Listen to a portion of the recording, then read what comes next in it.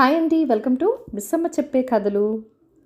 మన ఛానల్ని first time చూస్తున్నట్లయితే కనుక ప్లీజ్ సబ్స్క్రైబ్ చేసుకొని మీ సపోర్ట్ ఇవ్వండి. మీ అమూల్యమైన ఫీడ్బ్యాక్ అండ్ సజెషన్స్ నాతో కామెంట్ సెక్షన్లో కూడా షేర్ చేయండి. అలాగే మీ ఫ్రెండ్స్ అండ్ ఫ్యామిలీకి మంచి మంచి కథలు ఫార్వర్డ్ చేసి ఆనందించండి. ఇంకా ఈరోజు కథలోకి వెళ్ళిపోదామా? మరి బంగారు నెమలి. ఈ కథను రచించిన వారు రాఘవరాజు పట్టాభిరామరాజు గారు. వింధ్యారణ్య ప్రాంతంలో ఒక బంగారు నెమలి తిరుగుతుందనే వార్త కనకాపురిలో గుప్పుమన్నది. కనకపురి మహారాజు విచిత్రసేనుడికి అరుదైన అపురూపమైన వస్తువులను సేకరించటం అలవాటు. అందువల్ల ఆయన ఈ వార్త వింటూనే కొంతమంది భటులతో వింధ్యారణ్యానికి వెళ్ళాడు. వింధ్యారణ్యంలో కొండ దిగున ఒక కోయగూడెం ఉన్నది. ఆ గూడెం పెద్ద రాజును సాదరంగా ఆహ్వానించి అతిథి మర్యాదలు చేశాడు. అప్పుడు రాజు తను ఆ ప్రాంతాల తిరిగే బంగారు నెమలిని పట్టవచ్చినట్టు అతడికి చెప్పాడు. బంగారు నెమలి మాట వింటూనే కోయ పెద్ద ఎంతో విచారంగా, ప్రభు, ఆ బంగారు నెమలి కొన్నాళ్లుగా ఈ ప్రాంతాల కనిపించడం లేదు. నెల రోజుల క్రితం నా కూతురు మోహిని దానిని పట్టి తమకు కానుకగా ఇవ్వాలని అరణ్యంలోకి వెళ్ళింది. రాత్రైనా తిరిగి రాలేదు. ఆమె కోసం వెతకటానికి పోయిన మాకు ఒకచోట బంగారు నెమలి ఈక, బాణం మాత్రం కనిపించాయి అంటూ పక్కనే నిలబడి ఉన్న కోయకేసి తిరిగి చూశాడు. వాడు గుడిసెలో మరొక గదిలోకి పోయి కొన్ని మామూలు ఈకలతో గుడ్డలో చుట్టి ఉన్న బంగారు ఈకను తెచ్చి రాజు ముందు పెట్టాడు. విచిత్రసేనుడు ఆ బంగారు ఈకను పరీక్షగా చూసి, ఆహా, అద్భుతం! ఈ నెమలి ఏ దేవతాలోకం నుంచో దిగి వచ్చిందై ఉండాలి. ఏమైనా దీని కారణంగా నీ కూతురు కనబడకుండా పోయింది. బంగారు నెమలితో పాటు నీ కూతుర్ని కూడా వెతికి తెచ్చే ప్రయత్నం చేస్తాను అంటూ భటులతో అరణ్యంలోకి వెళ్ళాడు. వాళ్ళు అరణ్యంలో బంగారు నెమలి కోసం చాలా చోట్ల గాలించారు. చివరకు సూర్యాస్తమయ సమయానికి ఇంకా ఒక గంట కాలం ఉందనగా భటుడొకడికి నెమలి గురవింద పొడ్డల చాటున కనిపించింది. ఆ సమయంలో అది పడగ విప్పి బుసలు కొడుతూ తనను కాటు వేయనున్న పెద్ద సర్పంతో పోరాడుతున్నది. నెమలి సర్పాన్ని తన కాళ్లతో తన్నుతూ మధ్య మధ్య ముక్కుతో పొడుస్తున్నది. భటుడు సైగ చేయగానే గుర్రం మీద ఉన్న రాజుతో పాటు మిగతా భటులు నెమలిని ప్రాణాలతో పట్టుకునేందుకు వలయాలకారంగా చుట్టుముట్టారు. అయితే ఇది గమనించిన బంగారు నెమలి అంత ఎత్తున గాలిలోకి ఎగిరి చప్పున దూరంగా ఉన్న గుబురు పొదల్లో దిగి వాటి చాటున పారిపోసాగింది. రాజు దాన్ని అనుసరించాడు. భటులు గుర్రంతో పాటు వేగంగా పరిగెత్తలేక ఆగిపోయారు. నెమలి రాజుకి అందినట్టే కనిపిస్తున్నాయి పోయిపోయి ఒక సెలియేటి ఒడ్డున ఉన్న పూరి గుడిసెలోకి దూరింది. ఆ గుడిసెలో ఉన్న అవ్వ దాన్ని ఎత్తుకుని, మళ్ళీ ఏం ఆపద వచ్చి పడింది అంటూ దాన్ని బంగారు రేకుని ఆప్యాయంగా నిమరసాగింది. రాజు విచిత్రసేనుడు గుడిసె ముందు తన గుర్రాలను దిగి లోపలికి వెళ్ళాడు. అప్పటికి బాగా చీకటి పడింది. కానీ అంత చీకట్లో కూడా బంగారు నెమలి ఈకల కన్నులు మణిదీపాల్లా ప్రకాశిస్తూ ఉండటంతో గుడిసె లోపల పట్టపగల్లా ఉంది.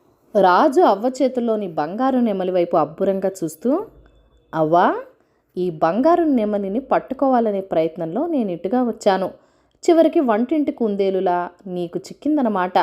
నెమలిని నాకిచ్చేయి, బహుమానంగా ఈ రత్నాల హారం తీసుకో అంటూ తన మెడలోని హారాన్ని తీయబోయాడు. అవ్వ మహారాజు వైపు వింతగా చూసి, భలేవాడివి నాయనా, ఇది నా పెంపుడు నెమలి. అంత కాదు కూడదంటే ఒక ఈక పీకిస్తా తీసుకో అన్నది. రాజు చిరుకోపంగా, నేను దేశాన్నెళ్ళే మహారాజుని. ఈ అరణ్యంలో ఉండే చెట్టు, చేమ, పక్షులు, జంతువులు అన్నీ నా ఆధీనంలో ఉన్నట్టే లెక్క. అలాంటప్పుడు ఈ బంగారు నెమలి కూడా నాది అవుతుంది అంటూ బంగారు నెమల్ని లాక్కోబోయాడు. ఆ మరుక్షణం విద్యాత్ఘాతం తగిలినట్టు రాజు కింద పడిపోయాడు. కొద్దిసేపటికి తేరుకొని లేచి నిలబడుతున్న రాజుతో, అవ్వా, చూడు నాయనా, ఇది మామూలు నెమలి కాదు, దేవతాంశ కలది. నా అనుమతి లేనిదే ఎవ్వరూ దీన్ని తీసుకుపోలేరు. నిన్ను చూస్తే జాలి వేస్తున్నది. ఒక పని చెయ్యి, ఈ వీణ మీద మేఘలహరి రాగంతో ఒక పాట పాడు. కనీసం నీకు ఈ బంగారు నెమలి గుడ్డైనా ఇస్తాను అంటూ ఒక మూల ఉన్న వీణని దుమ్ము దులిపి రాజుకిచ్చింది. రాజు పద్మాసనం వేసుకుని కూర్చొని వీణను శృతి చేసి మేఘలహరి రాగంలో శ్రావ్యంగా ఒక గీతం పాడసాగాడు. నెమలి ఆనందత్యంతో నాట్యం చేసి ఒక బంగారు గుడ్డును పెట్టింది. ఆ గుడ్డును అవ్వ రాజు చేతిలో పెట్టి, నాయనా, వారం రోజుల్లో ఈ గుడ్డు పగిలి బంగారు నెమలి పిల్ల బయటికి వస్తుంది. అయితే అంతవరకు దీనికి సూర్యరశ్మి తగలకూడదు. మరొక సంగతి, ఈ బంగారం గుడ్డు గురించి ఎవ్వరికీ చెప్పకూడదు. అలా చెబితే దీని మహత్తు పోతుంది అని హెచ్చరించింది. రాజు సంతోషంగా బంగారు గుడ్డుని తీసుకుని గుర్రం ఎక్కి భటులతో కోటకి చేరుకున్నాడు. తర్వాత ఆయన గుడ్డుని ఒక చందనపు బుట్టలో పెట్టి ఒక ప్రత్యేక మందిరంలో భద్రపరిచాడు. 6 రోజులు గడిచిపోయాయి. 7వ రోజు సాయంత్రం 12 ఏళ్ల రాజకుమార్తె దీప్తిరేఖ చెలికత్తెలతో దాగుడు మూతలాడుతూ అనుకోకుండా బంగారు గుడ్డు ఉన్న మందిరంలో ప్రవేశించింది. అక్కడ ఆమెకు చందనపు బుట్ట కంటబడగానే అందులో ఏమున్నదా అని చూడబోయింది. బుట్టలో బంగారు రంగులో మెరిసిపోతున్న గుడ్డు చూసి రాజకుమార్తె ఆశ్చర్యించింది.